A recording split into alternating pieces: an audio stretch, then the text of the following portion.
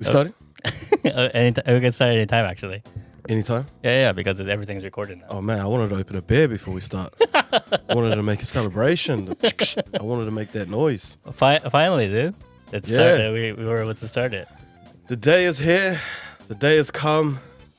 I'm so excited. You know, you've put in a lot of work for this. I did. And I've just been jumping on your back, but I'm going to ride your back as long as I can go. And We were I'm gonna talking help about push it since, like, what? March?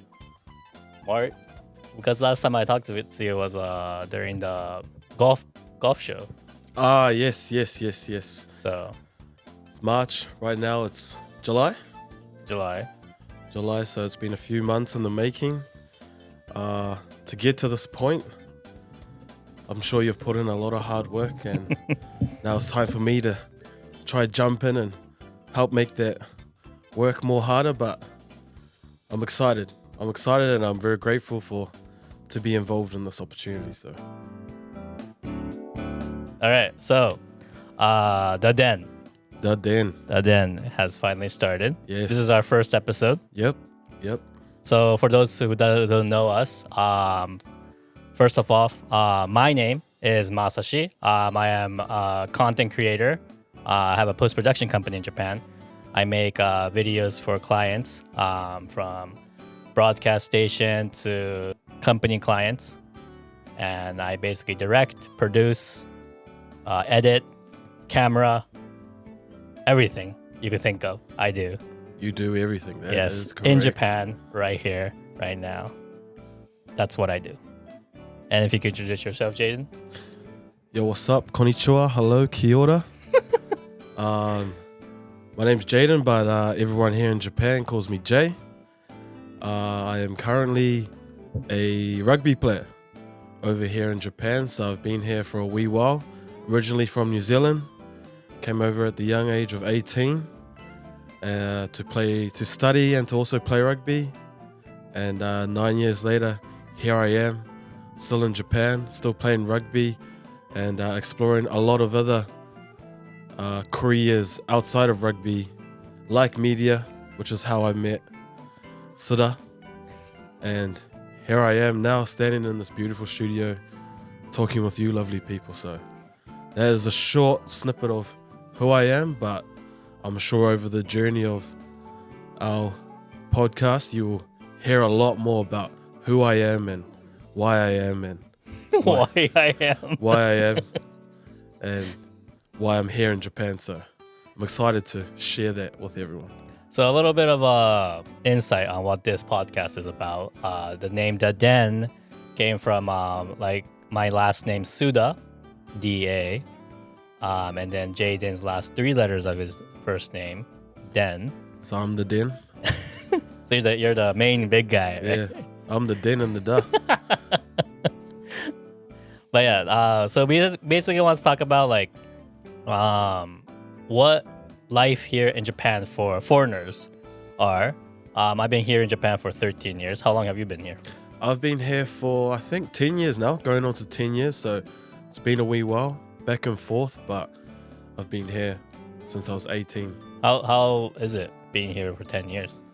It's been a roller coaster, lots of ups and lots of downs. You know, you have your good days and you have your bad days. But overall, I love living here in Japan. I love being around the culture. I love being around the people. You know, at first it was tough, but you know, tough times makes tough people.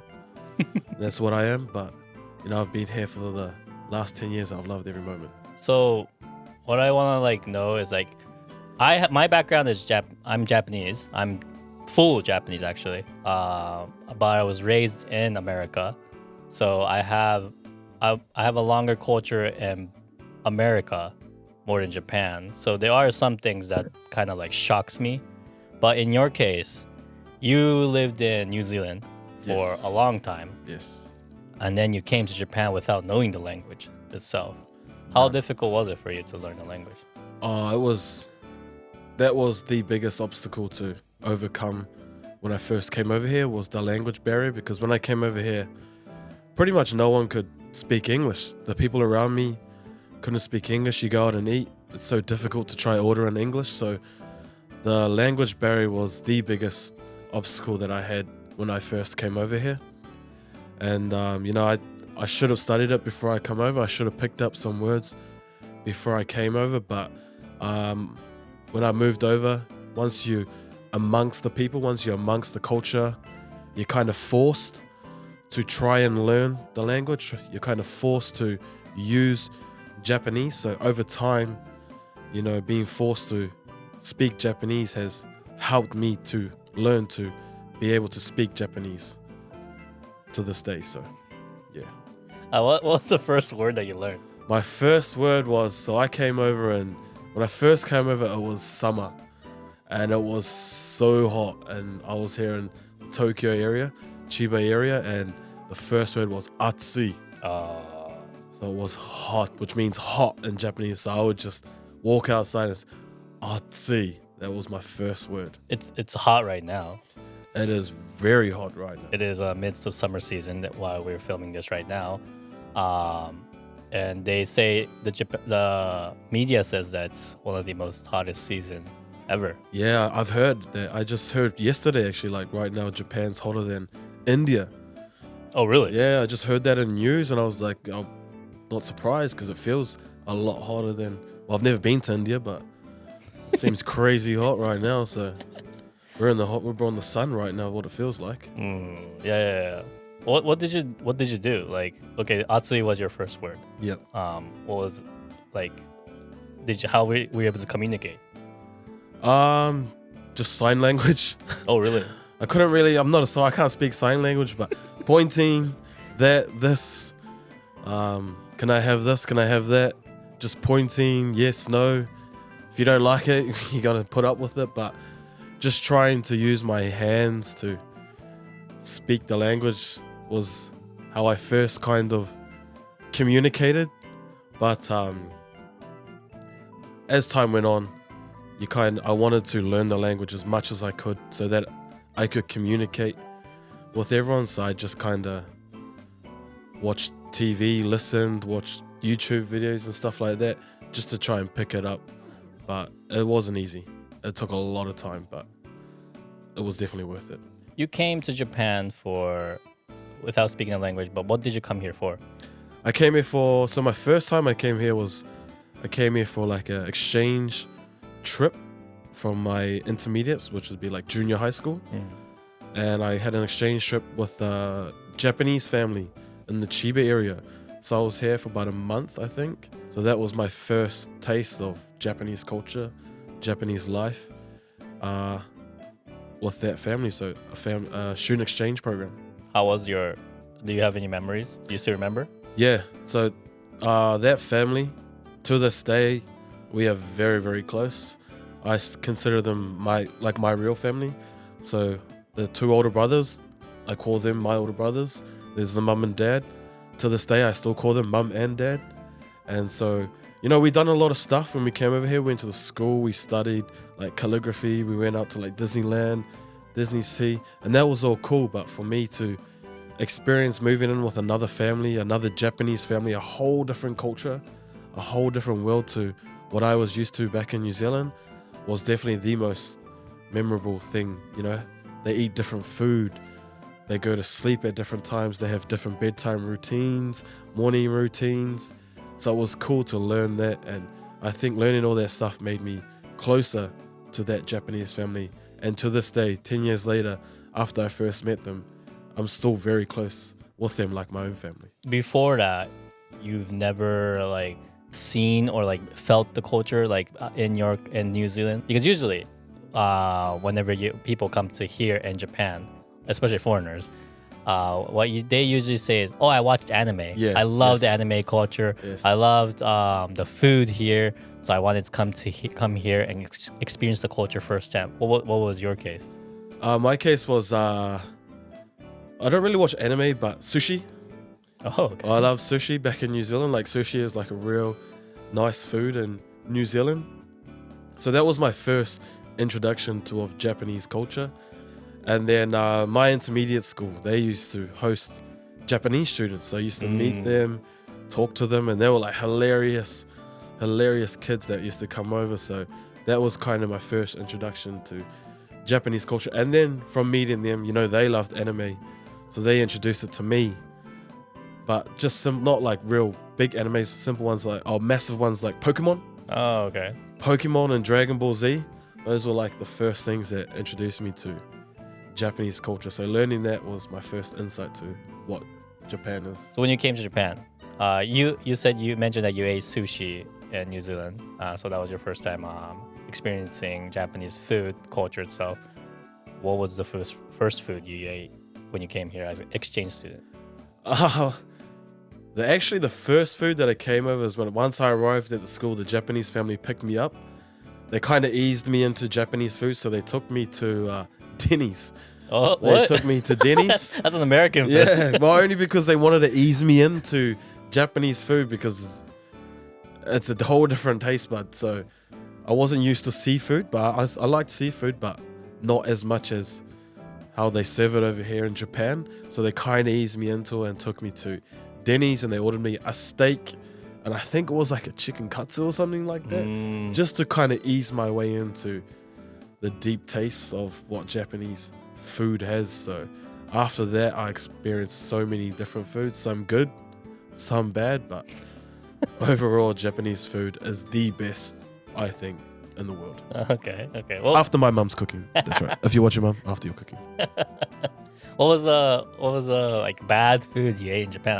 I can't imagine Japan like seeing their quality that they put into their food. I can't imagine how bad it can be. I wouldn't say bad, but I think it's my taste buds. Like, I'm not used to seafood as much as I look like I eat a lot of seafood. But You're from New Zealand. How do you not eat seafood? I know. Don't ask me. Ask my mum. She never fed it to me. But things like uni, which is like sea urchin, I think. Yes. Sea urchin. And tuna. I hadn't really had much tuna in New Zealand. Oh, okay. Mainly salmon, but not tuna. So, funny story, we went to a very, very expensive, very, very exclusive sushi restaurant when I first came over here as a student. And apparently it's like right now you got to be a waiting list for about half a year to about a year. Wow. And this is like an actual sushi restaurant, not a sushi train one or buy it from the convenience in those little packs. we got kaiten sushi. Yeah. So I remember we went there and he gave me a tuna, I think it was. And it was my first ever time eating maguro, tuna. Put it in my mouth. It came straight back out. And I was so embarrassed. My Japanese father, he was embarrassed. My brother was like, oh my gosh, we're never coming back here again. And that was my first experience of having my bad taste buds. It wasn't the quality, it was probably the best in Japan. I just wasn't used to the rich taste that they have back in New Zealand compared to here in Japan. You made it sound so like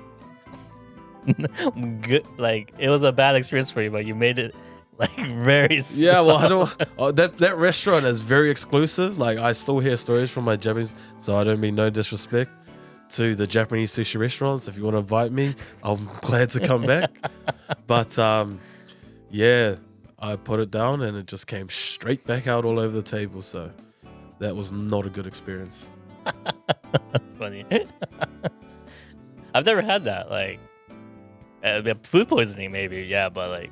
Yeah, it just my taste bud just didn't like it. I think it was like a shock to my system. I put it down. I was like, oh yeah, this is not. No, it's coming back out. And it just came all over the table. The sad thing was my Japanese father tried to catch it in his hand. And I was like, stop.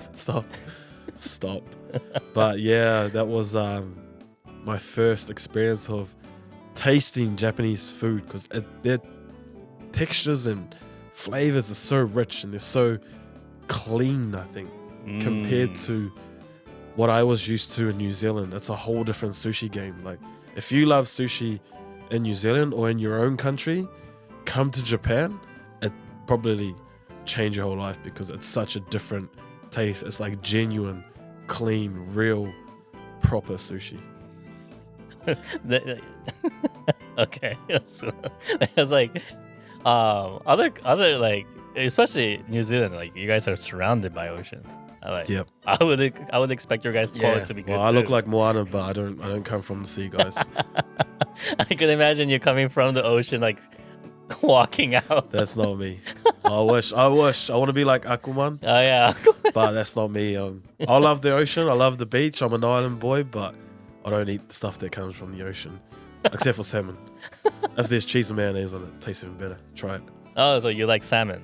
I love salmon. Okay. I love salmon. Out of all the sushi, you love the salmon. Yeah, I go sushi with my mates. Go to the sushi trains, the kaiten sushis. I'm pretty much ordering about 10 plates of salmon. So it's my favorite. Wasabi, whatever, cheese, mayonnaise. Put it all on there. I love it. Okay. So like, that's your first time coming to Japan as an exchange student, and now you're here. 10 years now, roughly, living here. What was the reason for you to come back here? So the reason that I went back to New Zealand, went through high school, and I actually got scouted back in New Zealand to come over to Japan University, initially to play American football. So that was my first opportunity, was to play American football over here in Japan. Do they have American football culture in New Zealand? Absolutely none. That's what I thought. I actually only played one game. And that's how I got a... Well, he knew me from rugby. He saw me play American football game. He's like, come over. And I was like, there's no way I'm going. I've never played American football before. And my initial thing that I was wanting to do was just give up rugby. High school rugby in New Zealand is so strict and it's so full on. Like you're trying to make it to the next level, which is professional level. And to make the jump from high school to professional, it's only a small amount of numbers. So you have to really commit during high school, which means you have to sacrifice a lot of time, which maybe with your friends, going out, learning stuff, getting girlfriends, whatever, stuff like that. You have to sacrifice that to focus on the rugby. So once I finished my rugby in high school, I was like, I'm done. I just want to go out and have some fun. Get out in a different world, do some work, whatever. So I was planning to go to Australia, try to find a job over there. But then I got the offer for the scholarship to go over to Japan to play American football and study, all for free, which is a rare opportunity to be able to get fully funded for university and also to play sport is a rare opportunity. So, I had to think about it, and I was like, okay, I'll come over for a year, give it a go and see how it is. Came over, absolutely hated it. That's the honest truth. Nothing wrong with the school, the other players, the sport. It's just I sucked. I absolutely sucked. And I was in another country, couldn't speak the language. Food, was still trying to adjust to the food. It was winter, so it was so cold. I was just like, this is not me. I'm ready to go home, pack it all up, send me home. Mum, coming home.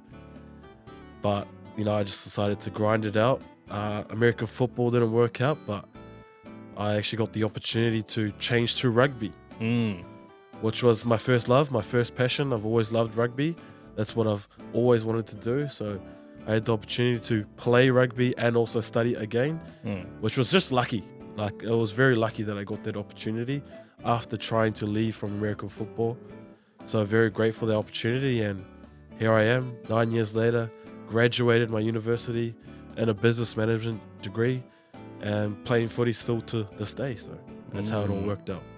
You studied Japanese in uni? Yes, so I studied Japanese for about a year and a half, and then focused on my main degree, which was business management. Oh, okay. How difficult was it?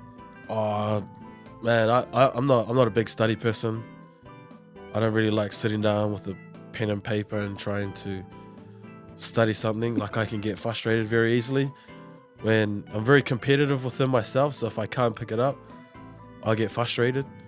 So it was very tough trying to learn the language and trying to pick it up. But I think instead of classrooms, just being surrounded by everyone that only spoke Japanese, forced to speak Japanese, I think that helped me to speak Japanese a lot quicker than what the classrooms did for me.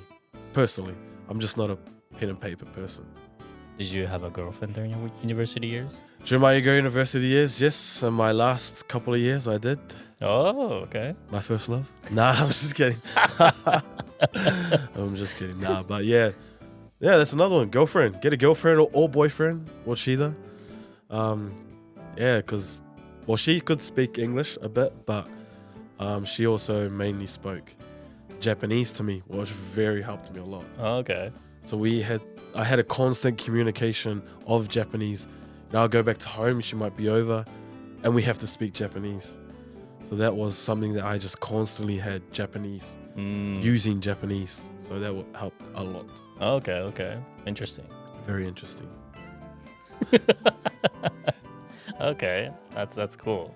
So like, what was when you came to Japan?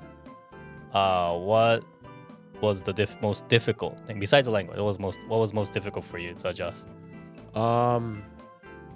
Just being away from family. Oh, okay. That was very difficult because when you first come over here as a student or working or whatever, if you don't have family here, you're pretty much on your own. So that was very difficult.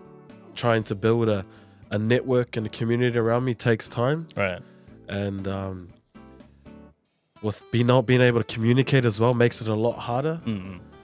So, when those tough days come along and there's no family around, like usually I'll just go home and talk to my mom or head up my brother, which is not it's a phone call away and it's a message away, but it's not the same of them being present. So that was definitely very difficult to live away from my family, but that was why I was over here. So that kind of also motivated me to try to push on and carry on. So being away from family is a very tough thing for me when I was first here. A big family person you are? Yes, family is always number one to me, my family. So my mum, my brother, we've been together, us three just riding for a long time now. So they've always got my back and I've always got their back. Oh, sounds fantastic. Yeah, it's great. I envy you for that. Any other questions for me? Yeah, I was going to say, what about you and your family situation? I don't want to talk about You don't want to talk about that? So what initially brought you back to Japan then? 13, once you were originally here, back to America, and then you came back. What was that initial Did you just say UK? No, you came. Oh, you came. You came. Is it my accent? Because I don't have one. You did New 'Cause Zealand. I don't have an accent. Well, what was my reason for coming back here? Yes. It was more for school. I came back here for university. I was working in the States in a movie theater. So I was selling tickets, cleaning theaters, and then I became a manager. Oh, wow. After that, I started thinking about life. Oh, should I be staying here? It was every day was the same routine. Wake up, go to work, finish work, go home, play video game, sleep. Yeah, That I definitely relate to that. Yeah, that consistently happened over the years. So I was like, what should I do? Then like one day, like my mom said that there's a school in Japan that you should go to, but I didn't know Japanese, so I thought I don't want to go to Japan. I don't know the language. I can speak it, but I can't read kanji. It's difficult. So I was a bit hesitant, but I thought it might have been a good opportunity for me to change my environment, to go to another country, and then kind of like stay away from, be away from my safe zone. Yeah. So I did that. I decided to come to Japan. I took 1 year of Japanese lesson in school. So just learning kanji only. Kanji, hiragana, katakana, mainly kanji. Anything that could get me into a university. And that's what I did for a year. And then after that, I decided to stay in Japan to study. So I studied economics for 4 years and then got the degree and then started working in Japan. Here I am. So you said you changed from the American environment to the Japanese environment. What was the biggest change that you felt when you first came over? Just being out of my comfort zone was the biggest thing. Oh, okay. Like my parents did everything for me. I see. So, like if food was on the table, I went to work to make my own money, but either way, I had a house. But when I came to Japan, none of it was there. I do have families here, but it was in Tokyo when I went to university, so it's a completely different environment. I was staying in a dormitory, so I had to make my own food as well. Go shopping. So that was like huge difference. That I guess like that experience kind of like let me experience what going towards, I don't know, like adulthood, like actually like being away from your parents. Yeah. Was like the biggest thing for me. So you had family. Was your family originally from the Tokyo area or No, I was born in Shizuoka. Shizuoka? Very beautiful area. It's very similar to California weather. Okay, I have no clue about California, but I know Shizuoka is very beautiful. Shizuoka is a nice place. It's very beautiful, especially if you're by the ocean. Some beautiful beaches. Yeah, it's a lot there. out there. There, Mount Fuji. We have Mount Fuji. Mount there. Fuji, yes. We have good oceans. What about any foods? Any traditional foods from Shizuoka? Don't say maguro. Don't say uni. No. Maguro uni is not that big. There is one location that's bigger than that, but Shizuoka food, I actually don't know that much. What my image that I have of Shizuoka that kind of sticks with me is the green tea. Green tea. I think green tea is very good in Shizuoka. Oh wow, I didn't know that. They say Kyoto, and I do agree with that. But Shizuoka is just as good as Kyoto. Green tea. And Shizuoka's only about 1 hour from Tokyo, is it? From 1.5 hours. By bullet train or normal train? Bullet train, it's faster, I think. Oh, like it's like an hour in bullet train. Normal train, it's much more slower. It's like an hour and a half to 2 hours. Speaking of bullet train, though, like, have you taken it before? Yeah, I've taken it lots of time. What did you think? When you're on the inside, it doesn't feel like you're going fast. Oh, that's true, yeah. When you're on the inside, it's just such a smooth ride, and you're just flying through. You look out the window, and the buildings are going very fast. Yeah. But you sit down, it does not feel like you're going, what is it, 2,000 kilometers? No, I don't know what the speed is. It's pretty fast. It's so fast, but and there's a faster bullet train now. There is? Yeah, that train there's a bullet train that uses magnets to flow up, and then flow up. Yeah, it floats, like literally floats away from the so rail. It's flying. It's literally flying in a way. Wow, see, Japan, flying cars, trains already. Okay, look, flying cars, train. I had that image when I came to Japan. Oh yes, like, yes. When I decided to come to Japan, I was like, oh, awesome. Japan's gonna have best internet, the fastest internet. They're gonna have a lot of good technologies, high-end gears and stuff like that. I come here, what? It's so normal. It is. But I think when I first came over, compared to New Zealand, I'm not sure compared to America, but compared to New Zealand, we don't have as many big buildings, as much bright lights, not so many people. So that was definitely a massive shock for me, especially when you walk through the area of like Shibuya, which is like the center, the Tokyo drift scene where they're drifting around the corner. Right. That area has a lot of people, especially if you go on a Friday or Saturday night or a Sunday. So many people in that area, massive buildings, bright lights and everything. So it's a massive shock for me in that area. Yeah, like what shocked me most in Japan was like how the building was very small. Like not like the height or anything like that, like how compact everything was. It's very tight. Yeah. Everything is tight. And if you think it's tight, the size I am, everything is just tiny for me. So if you're a big guy coming over to Japan, be aware that there's a lot of small spaces around here. So try to get small before you come over. So you're Japanese. Your blood is Japanese, right? That's the last time I checked. I Yep. think. Okay. Let's check again, shall we? No.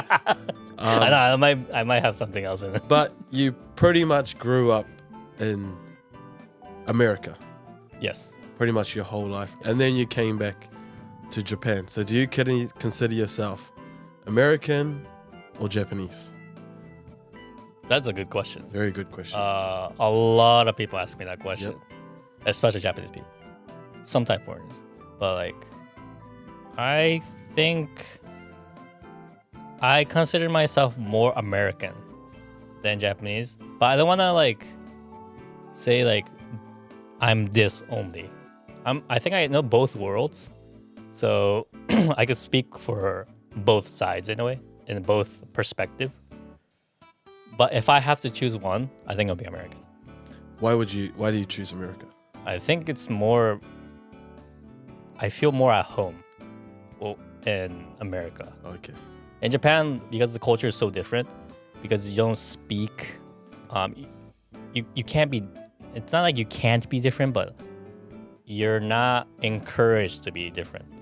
When you're different, people kind of like you said, like people stare at you. Yeah.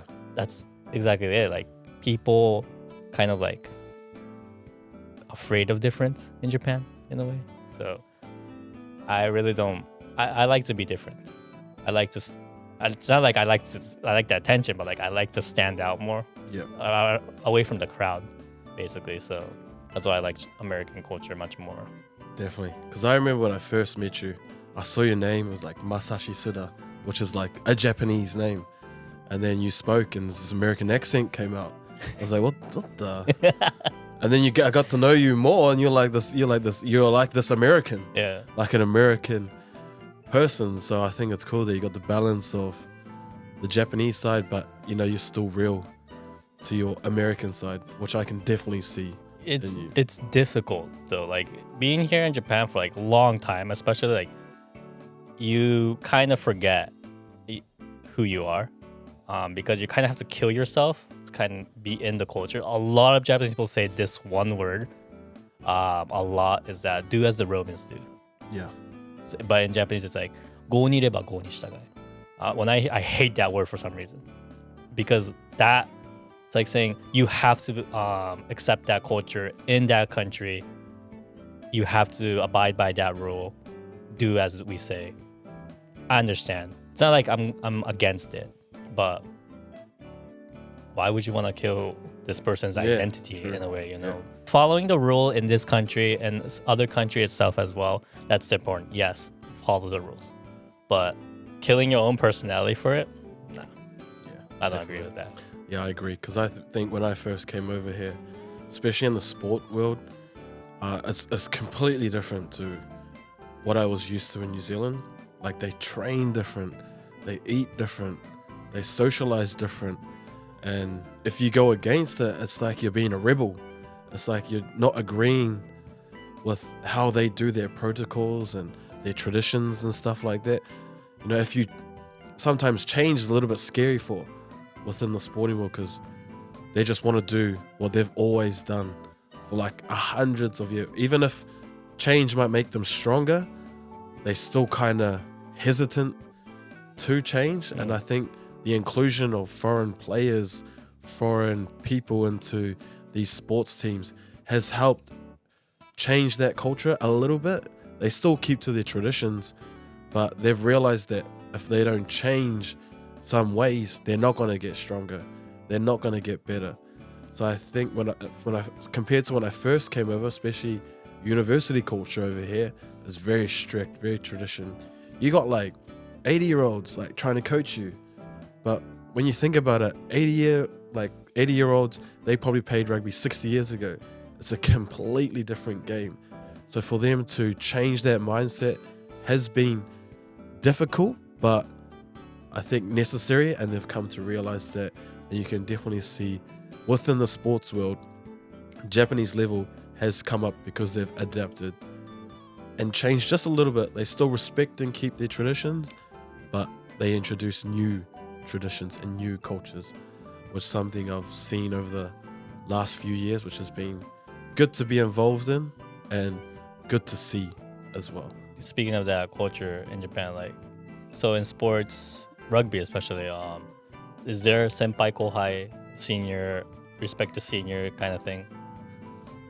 University, definitely. Mm. You got a fourth year. You got 4 years in university over here, so there's definitely a fourth year, third year, second year, first year hierarchy kind of style that the Japanese really follow to.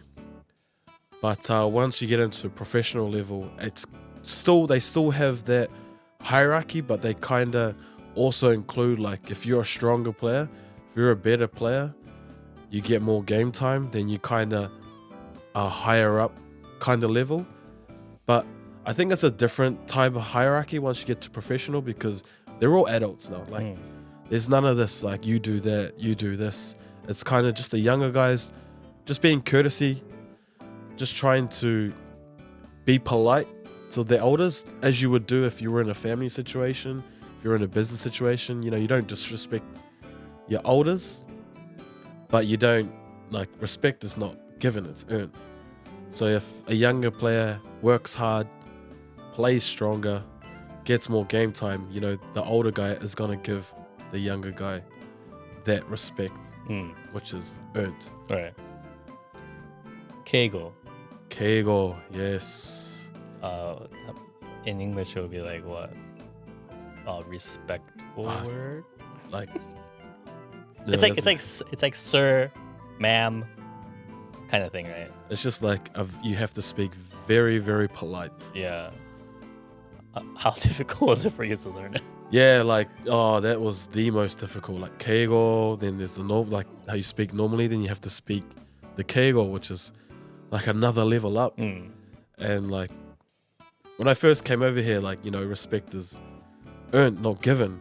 So why would I speak polite to someone that I just met? Which was another thing that I had to understand about I completely the Japanese culture. So it's like, I just met you, so why should I call you sir? Why should I call you mister? Just because you're older? I'm bigger. I'll probably beat you up. You call me sir, you know, stuff like that.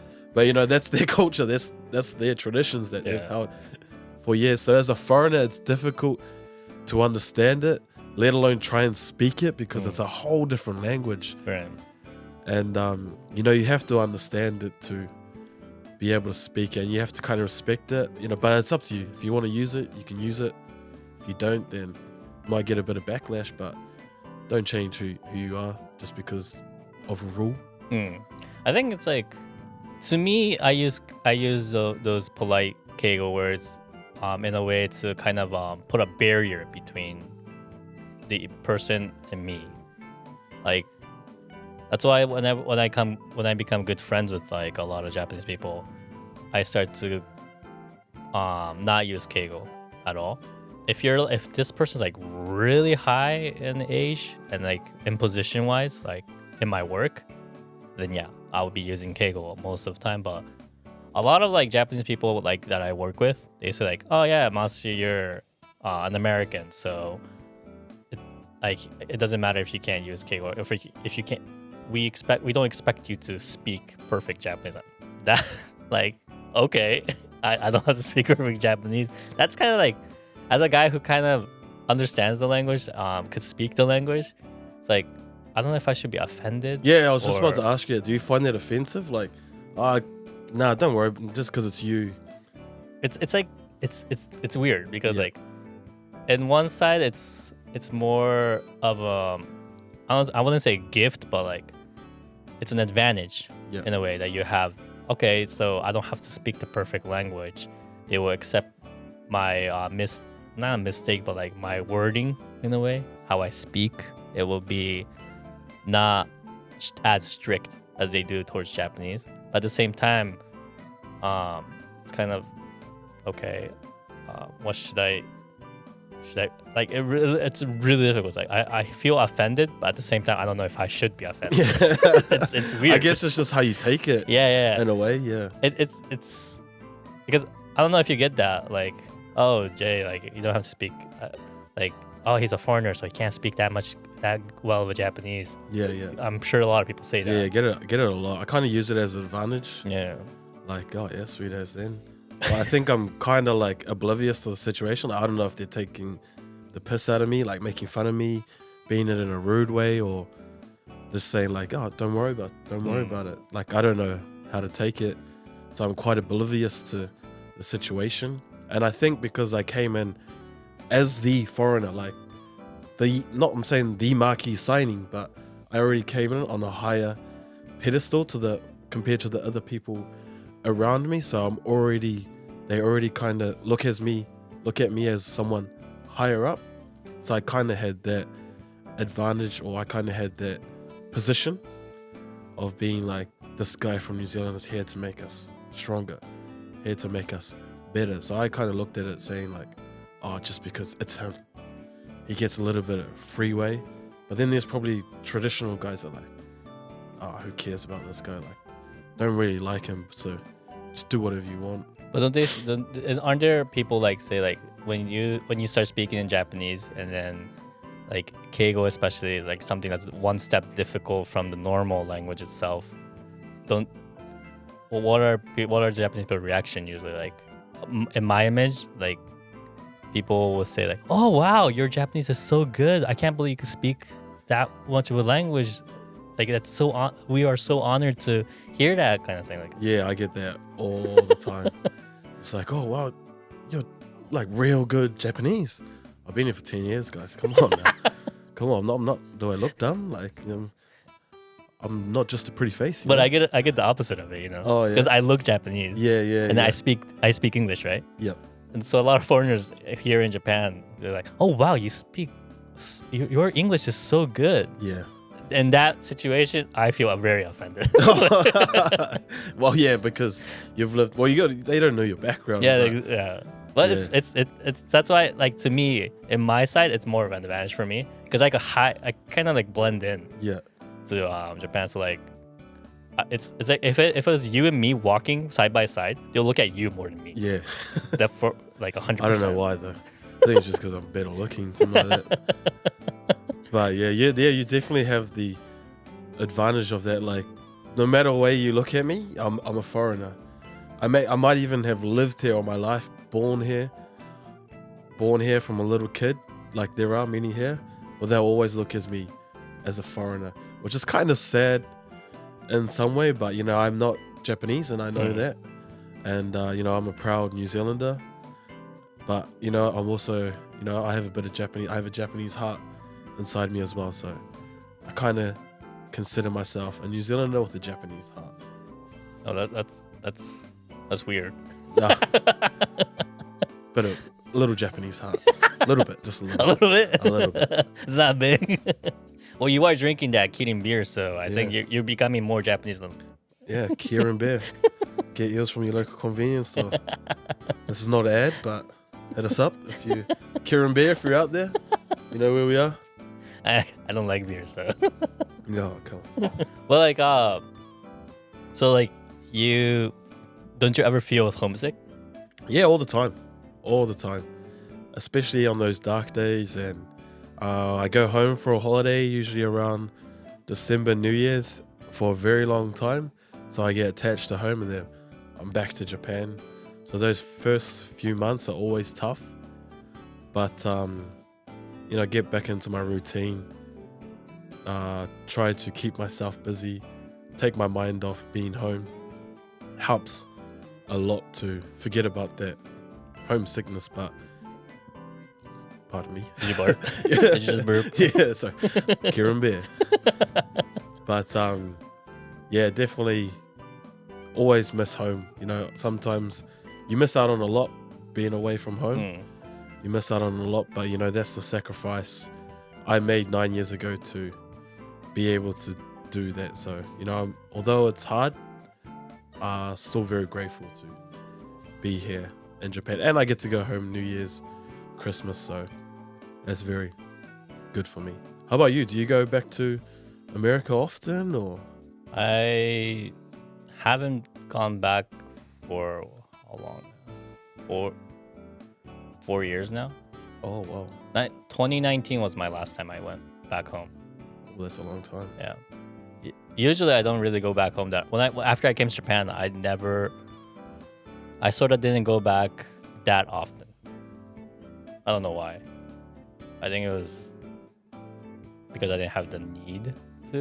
I didn't feel that homesick. So you spend Christmas and New Year's here in Japan? Because Christmas and New Year's here in Japan is not as... It's a different Christmas to New Year's compared to what America has. Yeah. How do you spend your Christmas, New Year's around in Japan? Are you a traditional work on those days and get through it, or? Right now, like I'm traditional work on those days. Like usually, like I get a lot of like clients who hit me up and ask me if I could work on those days. So I work those days. Like a lot of like Japanese shows, major shows, usually work on those days. So we have to kind of make content before we could air the content on that day. So you don't really celebrate Christmas, New Year's? Not anymore. Not anymore? Is that because you moved here and you got so immersed in the culture, or? No, it's more like after I started working. Okay. When I was in university, I celebrated it. But it wasn't that traditional. Like I don't buy Christmas present and like kind of exchange presents and stuff like that. Yeah. I don't do that. Yeah. So. Well, that for me, like I remember when I was in university, we used to have school on Christmas Day.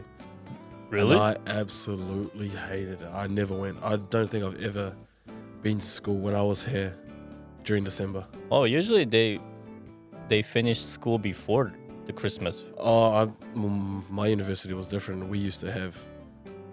Our break was just during the New Year's period only. Christmas was still school. So I remember still having class and I was like, what the hell am I doing here? Oh. And even if we didn't, we still had practice during that time of the year. So, because sports is usually off for university, is usually off just the end of January, start of February, which is in line with the winter holidays, I think, for university. So that was our only time off. So that was when I went home. But I remember during those Christmas, New Year's period, we had training or school. And I absolutely hated it. What did you usually... You went back during every Christmas you went back? After I finished university, yes, except for during the COVID period. But university, I was over here. If we had Christmas off or if we had New Year's off, I would usually go spend it with my Japanese family. So they always celebrate New Year's together. They always go back to their grandmother's house. And, you know, I was lucky enough to join them and go back to the grandmother's house and spend the New Year's together. I can imagine. Like, you go back with your grandma, your Japanese family, and their grandma sees you like. Oh. Yeah, I remember the first time, but the first time I met her was like I was still little, so that was the first little time Jay. I met her. Yeah, I was still little, and then I remember I came back once after came back for the university, and she's like, "Whoa, what are you?" What are you? And I'm like, a human. But she is cool. She's just like the mother, very talkative, very lively lady. So she was cool. She took me in very well. She was a hairdresser at the time, and I had never had my face shaved before, or my eyebrows, and I hate people touching my eyebrows. And she touched them, so it was good. It was okay, I guess. I'm not gonna say it's bad, but you know, very cool to spend it at her traditional house, her traditional foods during New Year's. Get a traditional haircut, I guess. But it was cool to spend New Year's with. And you know how they give out, the grandmothers give out, do they call it toshitama? Otoshidama. Otoshidama. The little envelope. She gave me one. Envelope with some money in it. With money. Cash. Cash. A lot of cash. She gave me a lot of cash. Well, that was cool. That was my first time experience getting... She gave me that amount of money. I can't imagine what she'd be giving my older brothers. So it was very lucky to receive that from the grandmother, and then found out that it was tradition that they do it every year. So if my grandmother and grandfather are hearing this, can you do that for me too? Can I get a otoshitama, please, from you guys? Well, how much was the first, like your first ever? The first one was like, I was a student, so she gave me like $300, like some my yen. Oh, really? Yes, and I was like, what the? This is like the most money I've ever seen. Wow. That was like half my monthly, what do you call it? Or how do you call it? From my university, we would get like an allowance. Oh, allowance. That was like half my allowance right there. And I was like, whoa, I'm rich. I'm going to Caesarea. Not McDonald's. I'm going to Caesarea for dinner, which is like another family restaurant, like Denny's pretty much. Yeah, the Japanese Denny's. It's cheap, very I wouldn't say it's like high quality, but like it's cheap. Oh, those days it was very high quality. To a university student, it's a very university friendly restaurant. Yep, very friendly. I went there when I was in uni, like practically every day. Yeah, to this day, I still love Caesarea. Oh, really? It's like in my university days, that was like a treat for me and my mate. We would always go like Convini or McDonald's, but once we get a lot of money, payday, allowance day, Caesarea, here we come. Oh, really? I went there practically like most of my days. Oh, It was because it was a luxury. it's cheap, and I ordered like a lot. Yeah, you can order a lot for like a ridiculous cheap Yeah, amount. it's like I ordered like pasta, like two pasta, one we call it doria in Japanese. Ah, but yes, like, yes, it's like a rice and cheese on top of it, I love Vidoria. and then pizza. Yep. And all that, and a dessert at the end. No chicken wings and a little Chicken wings as well. Oh, Chicken wings, and then two of like, those. Come on now. and then dessert. All that I ordered. It's less than like $70, Oh, 7,000 yen. oh, you're spending a lot. It's Whoa. not much. It's less than that. So Oh, it's we thought we were spending a lot, and it was like 3,000, 4,000 yen. Plus drink bar. drink bar as well. Yeah, all you can drink. Yep. Or you can drink fizzy drinks. Yeah, because they don't have like the difference. The one thing that that was like a bit shocking to me was like, so I go to McDonald's for the first time in Japan, and then I look around. Oh wait, where is the drinking fountain? Oh, They don't have a drinking fountain in Japan. You can't just buy a cup and refill as much as you want. Yep. It's only one time. Yeah. I was so shocked. Yeah. The fast food culture compared to America to Japan must be completely different. Completely different. How different? Like I mentioned, like the refill bar is gone. The size, Yeah. small as hell. Oh, yeah. Very small. And what shocked me the most was that they didn't know what I was saying when I said, "Can I get one Coke?" They didn't know what I was saying. Coke? Oh, What's yes, Coke? yes, yes. And I said cola. They said, "Oh, Oh. cola. Okay, okay." Like what? What's the difference between Coke and cola? They're both the same brand. that was funny for me.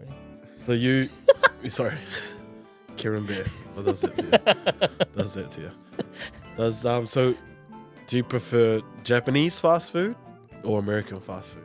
Right now, I haven't ate fast food at all. Like literally, like for the 3 years now, I haven't ate fast food at all. Yeah, me too. Actually, no, I'm guilty of that. I actually ate Taco Bell last time. Oh, there you go. If you He's a liar, everyone. He's a liar. But McDonald's, I haven't ate McDonald's for 3 years. Wow. Yeah. I wish I could say the same. I had it last night. Any fast food I have, probably let's Taco Bell only. Like Taco at Bell. most. That's such an American fast food. Or Carl's Jr. Carl's Jr. Yes. But lately, they're adding a lot of traditional American fast foods in Japan, like Taco Bell Yeah. and Carl's Jr. They'd only recently started here in Japan. Carl's Jr. recently started. Yes, because I've never heard of Taco Bell or Carl's Jr. before I came to Japan, so I thought it was a Japanese fast food chain until I heard it was from America. Yeah. And it tastes very nice. Yeah, like the sizes, a bit. Actually, Carl's Jr. is same size as the States. It has a lot of volume, and then Taco Bell is kind of similar as well, so not much of a difference.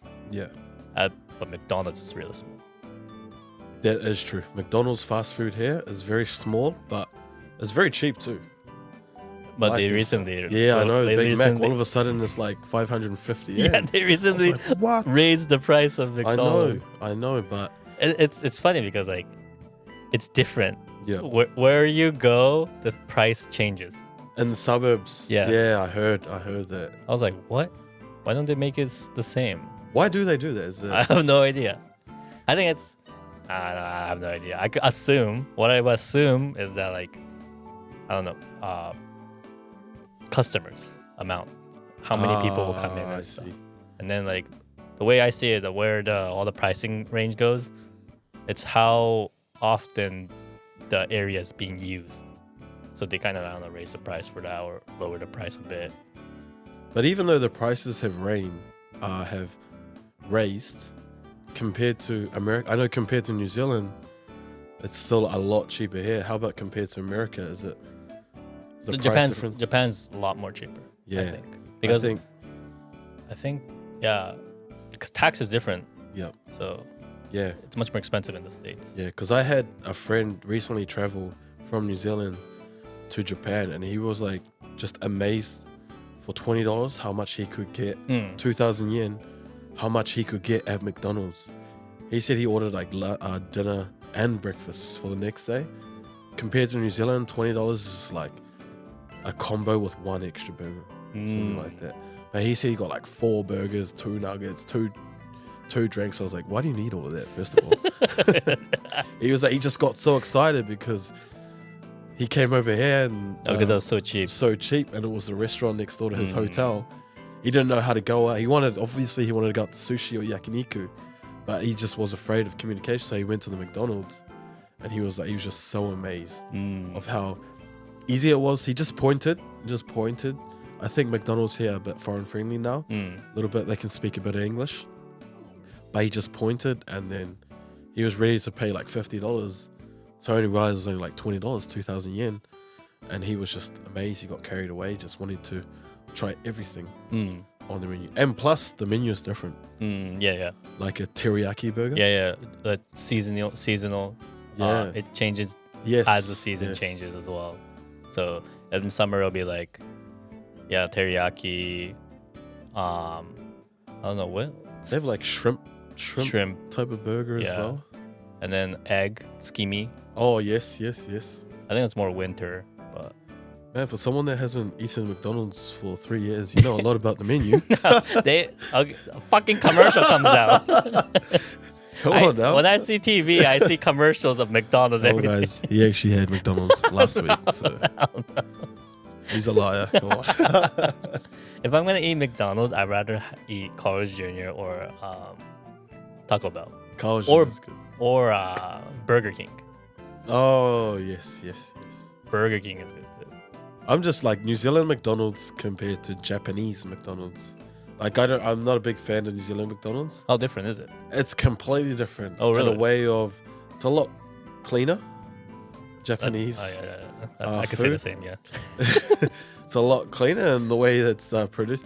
But like, not only just the food, it starts from the service of how good it is. Like it's just, they're so polite. Well, I don't know if they're polite or robots, but it's good service. You walk in, they greet you, they ask what you want. Do you want a drink? Big or small, large or medium. It's just the service is so good. You just get so invested in like, wow, the experience. Yeah, like how they make it too. It's different from the way they make it in other countries. Like once you order the food till it's processed and then wrapped to you, everything in that plate that they make is hot. So it's consistently Yes. warm. I was amazed when I saw that. I was like, Yeah. wow, this is how I think this is what makes Japan so like very trustworthy Yep. in a way. I'm not afraid to eat Japanese food. Yeah, true. That is very true. I love New Zealand food. It's just sometimes when you see it, it's like, whoa, how was that? Where did that come from? Yeah. What is that? Is that chicken or beef? Yeah. You kind of question, but here, like you can 100%, no matter what level of food you go to, if it's a fast food restaurant, if it's a cheap ramen restaurant, high class yakiniku restaurant, you know you're gonna get a good quality at that price for what you get, and the service is gonna be top class. Yeah. As well. Depending on what restaurant you go to as well, like there's a lot of like restaurant that has a lot more volume now compared to like usually before that it was more towards like Japanese volume. But I think Japanese people are starting to eat more now, so the amount is rising in a way on the plate. I actually think Japanese people eat a lot Oh, in the first place. Really? Like, I'm not sure about, I know in the sporting world, like they're forced to kind of eat Oh, right. a whole lot of rice because they're small people and they need to get bigger. So they, and you know, they're eating a lot of carbs, like rice plus meat, a lot of eggs, you know, and it's supposed to make their body bigger. Obviously, it doesn't have the effect as if I was to eat it. No, I eat a rice, I'm going to get bigger. Too big, maybe. But these guys are just pounding down so much rice. And I don't even know where it goes to. I wish I had that superpower because mine goes to my stomach. Their one goes to like their big toe or something like that. Did you lose weight when you came here? Initially, I did. Oh, you did? Like a lot of weight. But that was just because, you know, I wasn't used to the food. Oh, yeah, the same with me though. Yeah. I lost 20 kilos first time coming here. I don't know. I forgot in pounds. See, this is the thing. Like, you know, the metric system is different. Oh, America yes, uses pounds. They use kilo here. Yeah. I don't know pound anymore. That's one thing I lost. Like, I don't know pound. I know more in degrees Celsius than degrees Fahrenheit. Oh, okay. When they say like 100 degrees Fahrenheit, is that hot? That sounds hot. Yeah. But like when you hear like 34 degrees Celsius here, that is freaking hot. Yeah. You know that, right? Yeah. 40 degrees Celsius. But I don't know Fahrenheit anymore. I never knew it in the first place. Anyway. So, it's only America we use that a different metric is America system. the only place that uses it? Apparently, it's the only country. Yeah, that because uses I have no clue what pounds is. You ask me what pounds or inches is, I'm like, no clue. Yeah, I lost everything. Yeah. I lived. That's when I felt I lived in this country for too long. Yeah. I think that's a massive difference because I can't even tell pounds or Fahrenheit, miles, inches, yeah, miles, feet. Oh no, you lost me. Feet, I still kind of remember, but miles, I know how fast it is, but you know, kilometers much more easier in a way. 13 years have changed you, man. It has. I think you're Japanese now, actually. No. I'm with the other people who uses the metric system. That's kind of like 90% of the country uses that metric system. That is very. I don't know if I could say 90%. I could say 99% maybe. That in America it could be that 1%, but. Right. So we talked a lot about the Japanese culture. There's a lot of things that we want to talk about in our experience living here in Japan for more than 10 years. Yes. A lot of things we could share to the community. Hopefully. 100%. So so this is our first podcast we have. Hopefully we could get more out there. Yep. More content, more things to talk about to the people. And hopefully they, you know, like by hearing this, they want to come to Japan, kind of see the environment, what kind of culture it is, where to visit and stuff like that. But yeah, like, what do you think? What do you want this podcast to be? Yeah, pretty much just like, you know, give you like an in-person, a real insight of someone that has experienced. I'm not saying I'm a professional of the Japanese culture. All I can give you is my opinion and my experiences that I've had amongst being in the Japanese culture. And I just hope to, because I know Japan is a popular travel destination for a lot of people. And if we can both help give people that insight, a little bit of knowledge, a little bit of advice, and, you know, share some funny stories along the way, you know, that's something that really want to put across to everyone that will be tuning in and hopefully watching our journey over the next few episodes and talks that we have. It's going to be an exciting one. A little bit nervous because I know I'm going to have to get deep into some of my own stories. But, you know, you live where you learn, and, you know, there's no point in being afraid to share those untold stories so far. So I'm excited, a little nervous, but, you know, I hope you join me and Suda. I'm the Den and the Da. I'm the Da, and then you're the Den. And I'm the Den. So I hope you join us along our stories that we will tell. Yes, definitely. We do have a Patreon site open. So if there are people who want to support our channel, definitely it's very appreciated. But anyways, that's all for today's episode. So hopefully we could talk about different things in Japan in the next episode. So we'll see you guys in the next episode. Gonna love and leave you. See ya.